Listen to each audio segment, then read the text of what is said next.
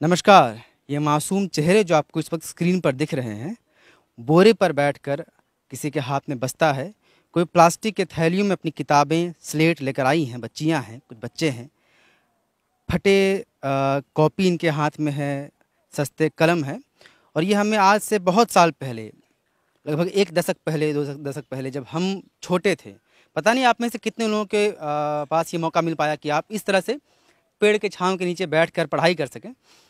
लेकिन मैंने किया है। और आज जब मधुपुर की चुनावी यात्रा में द फॉलो अप की टीम निकली है, तो गांव वालों से शहर के बाद हम गांव की तरफ बढ़े और गांव वालों से हमने यहां के चुनावी माहौल के बारे में बात करने का प्रयास किया।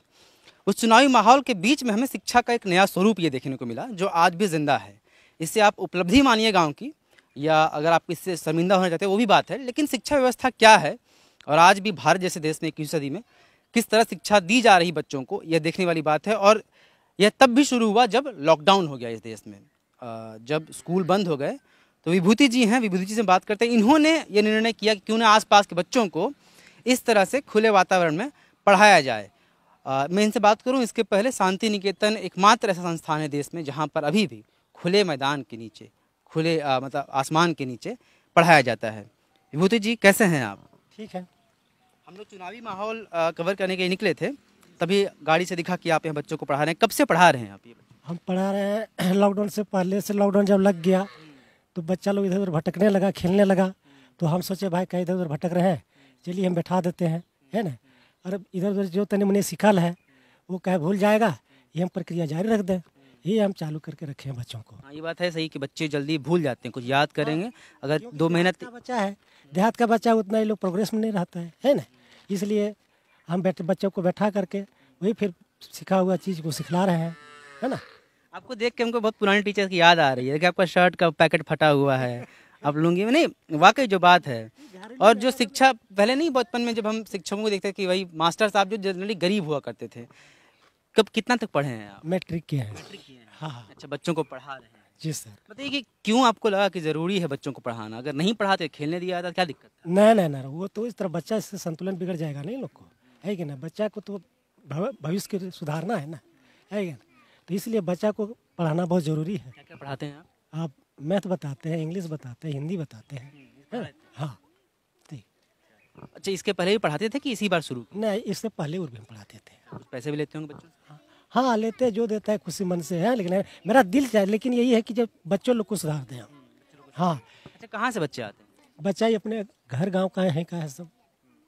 हाँ सब, हाँ घर गांव का। अच्छा, इस वक्त आप देखिए जो आपको स्क्रीन पर दिख रहे हैं, देखिए बच्चे खेल रहे हैं, कुछ खेल खेल बना भी रहे हैं। थोड़ा मैं चाहूँगा राघव जी थोड़ा कैमरा में दिखाएं। अगर आप देखेंगे मैं चारों तरफ, देखिए ये पूरा जो एरिया है आपको बिल्कुल जंगल की तरह लगेगा।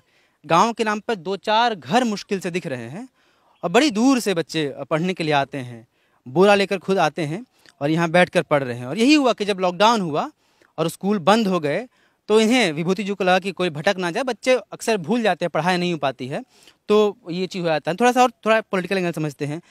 चुनाव होता है, 20 साल हो गए झारखंड गठन के। आप चूँकि शिक्षा के दिशा में मुझे लगता है बहुत बेहतर काम कर रहे हैं। आपको अवार्ड मिले ना मिले, लेकिन अगर आप इस गाँव के बच्चों को पढ़ा रहे हैं तो बहुत अच्छा काम कर रहे हैं। क्या शिक्षा के नाम, मतलब चुनावी सरकार के नज़र में शिक्षा में कोई काम हो सका, आपको लगता है? और अगर नहीं हुआ तो क्यों नहीं हुआ? क्यों नहीं हुआ?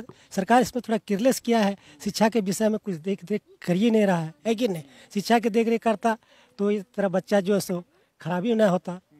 अच्छा, मधुपुर में आप हैं, मधुपुर यहाँ थोड़ी दूर पर हम लोग गाँव में हैं। कौन सा गाँव हुआ ये? ये है बरावा। बरामा। हाँ। अच्छा, बरामा गाँव है। अच्छा, मधुपुर में शिक्षा व्यवस्था की स्थिति क्या है? क्या स्कूल कॉलेज ठीक हैं? मधुपुर में ना, तो इधर गांव में देखते हैं सिर्फ 8 क्लास जो है, 8 क्लास से बच्चा को पढ़ा रहा है। बाकी इधर जितना 1, 2, 3, 4, 5, 6 क्लास का बच्चा इसको देखते हैं। ये लॉकडाउन की वजह से नहीं पढ़ पा रहे। हम दूसरी बात पूछ रहे हैं, हम कह रहे हैं कि ओवरऑल छोड़िए, लॉकडाउन भूल जाइए, शिक्षा व्यवस्था कैसी है यहाँ की? क्या पढ़ने के लिए बच्चों के लिए स्कूल है, कॉलेज है? यहाँ देखिए है, एक तो बगल में यहाँ से 4 किलोमीटर जाना पड़ता है, बलथरवा उच्च विद्यालय पड़ता है। हाँ, उच्च विद्यालय 10th तक की पढ़ाई। हाँ 10th तक। हाँ, इस गांव के बच्चे को पढ़ना है तो 3-4 किलोमीटर जाना पड़ता है 10th के लिए। 10th के लिए। उसके बाद उधर बगल में देवीपुर है, फिर वो उधर आगे बुढ़ाई में। के लिए कहाँ पढ़ना? अगर 12th को बच्चा करना चाहे तो कहाँ जाना पड़ेगा? 12th करना पड़ेगा, जाना पड़ेगा आपको, ये क्या कहते हैं, देवघर जाना पड़ेगा। हाँ, मधुपुर जाना पड़ेगा। मधुपुर जाना पड़ेगा। काफी दूर है यहाँ से, मतलब आपको लग रहा है कि मधुपुर में खड़े हैं, मधुपुर से काफी दूर है। 20-25 किलोमीटर तो यहाँ से। हाँ, 25 किलोमीटर देवघर। यहाँ पे एक भी स्कूल नहीं जहाँ पे 12th की पढ़ाई हो? नहीं, एक भी स्कूल नहीं है 12th का। प्राइमरी स्कूल की स्थिति क्या है? टीचर्स आते हैं, पढ़ाई होती है, स्कूल खुलता है टाइम? लॉकडाउन में तो अभी बंद है। ऐसे इन जनरल लॉकडाउन के अलावा भी क्या स्कूल में पढ़ाई ठीक से होती है? स्कूल तो उतना देखने उन्हें नहीं जाते हैं, लेकिन बच्चे लोग तो जाते हैं। अब क्या करके आते हैं, क्या करके जाते हैं, ये तो हम नहीं देखते, लेकिन यहाँ पढ़ाई पर निर्भर करते हैं। देखते भाई पर डे स्कूल जाते हैं, क्या करते हैं आप लोग स्कूल में, क्या पढ़ते हैं, क्या लिखते हैं? हैं कुछ तो होम टास्क मिलता है कि नहीं? वो होम टास्क बोल देवे नहीं करता है, तो खुद आप लोग क्यों नहीं मांगते होम टास्क, है ना? विभूति जी थे, बच्चे बहुत छोटे हैं, कुछ जो थोड़े बड़े बच्चियाँ हैं हम थोड़ा उनसे बातचीत करेंगे। अच्छा, ये कुछ देखिए लिख रहे हैं, लोग यार अलावा लिख रहे हैं, बचपन की चीज़ें मुझे याद आ रही हैं। क्या नाम हुआ आपका? आरती कुमारी। क्रांति? आरती कुमारी। लालती? आरती। अच्छा आरती, बताइए कि आप लोग अभी क्या क्या पढ़ते हैं यहाँ? जो जो पढ़ाता वो पढ़ते हैं। हिंदी क्या क्या पढ़ते हिंदी, साइंस, इंग्लिश। हैं? कब से पढ़ रहे हैं? 1 साल हो गया। हम्म। क्या बनना चाहती मालती आरती आगे आकर? बताइए।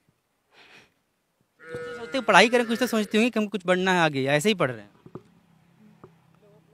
आरती नहीं बोल रही। आरती शर्मा आ रही हैं, किसी और से पूछते हैं। आपका नाम क्या है? संध्या कुमारी। संध्या, आपको क्या बनना है आगे जाके? सपना कुछ होगा ना कि हमको ये बनना चाहिए, क्या बनना चाहते हैं?